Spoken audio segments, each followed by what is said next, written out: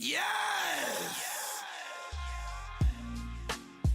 Before I say anything, I gotta be 100% honest when I express how much I'm against bringing back anything from D1 into D2, solely due to the fact that D1 is a 4-year-old game and the most exciting part about playing a new game is getting new gear. However, I'm willing to make an exception to that ideology if it means that underrated exotics from D1 can get a second chance that they truly deserve. If you weren't already aware, the Wardcliff Coil was supposed to be introduced in Destiny 1's Rise of Iron expansion from what I remember, but apparently it didn't make the cut, so Bungie decided to introduce it into Destiny 2 instead. The reason why I'm bringing this up is because I feel that most, if not all, the exotic weapons on this list should have been introduced in Destiny 2 due to how unpopular they were in Destiny 1. So let's get it in. The Fourth Horseman. Man, this is one of the coolest looking weapons in Destiny history in my opinion, but that's literally the only thing positive I can say about this weapon. With all due seriousness, the Fourth Horseman was literally a worse version of the Invective, but with arc damage and one extra round in the magazine.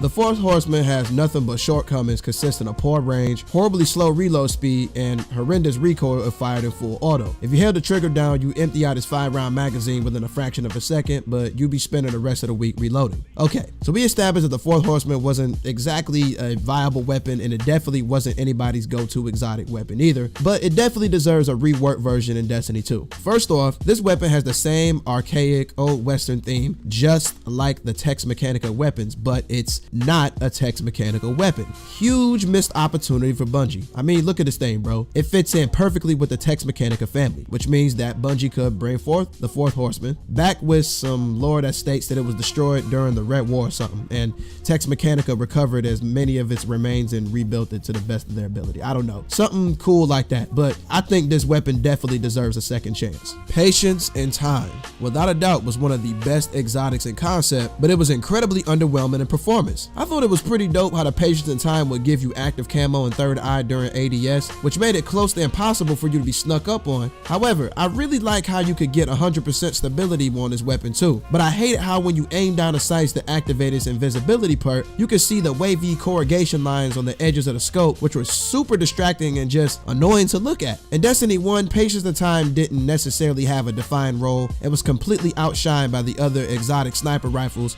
such as Icebreaker and then later on the Black Spindle, since these weapons were staples in almost everybody's loadout. Due to the fact that the direction of exotic weapons is completely different in Destiny 2, the Patience of Time could actually be pretty deadly in Destiny 2's PvP in the right hands. Up next, we have the Nemesis Star. Man, the fact that the Nemesis Star didn't get the praise and recognition that it deserved was just completely unfair. When Destiny 2 first came out, Bungie apparently had no plans of bringing machine guns back, but now that machine guns have officially returned, I see no reason why the Nemesis Star shouldn't return as well. This weapon was one of the very few exotic weapons introduced in Destiny 1's Rise of Iron expansion. The fact that this machine gun had 2 different fire rates and could reduce your grenade cooldown from kills made it absolutely lethal in PvE and PvP. If there was any weapon that should have gotten the Wardcliff Coil treatment, it 100% was this one. And in my opinion, this gun was so perfect, it could return without changing a single thing about it. Alright, next up, we got the Boolean Gemini. Fun fact, a lot of y'all may not know this, but the Boolean Gemini was originally known as a 347 Vesta Dynasty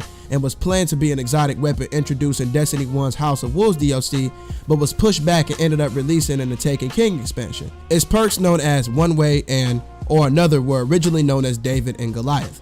To be honest, this weapon was a bit mundane and really didn't stand out as an exotic weapon, but I love the Boolean Gemini in Destiny 1, and in Destiny 2, I have no doubt in my mind that if this thing was brought back, it will put in absolute work in the Crucible. If this weapon was in D2, it would be in the 180 RPM archetype, which was my personal favorite scout rifle archetype in D1 due to how many amazing scout rifles in D1 belong to that particular archetype. Now, last but not least, we got the Monte Carlo. To me, the Monte Carlo wasn't ever really underrated, but after auto rifles were nerfed into the ground in D1, you not only saw zero presence of the Monte Carlo, it was almost no auto rifles in the Crucible as a whole. Auto rifles became a dead weapon type to use in PvP and lost most if not all their competitive edge. However, the Monte Carlo was dope for the simple fact that it decreased your melee cooldown as it dealt damage and could instantly give you your entire melee charge back on a kill.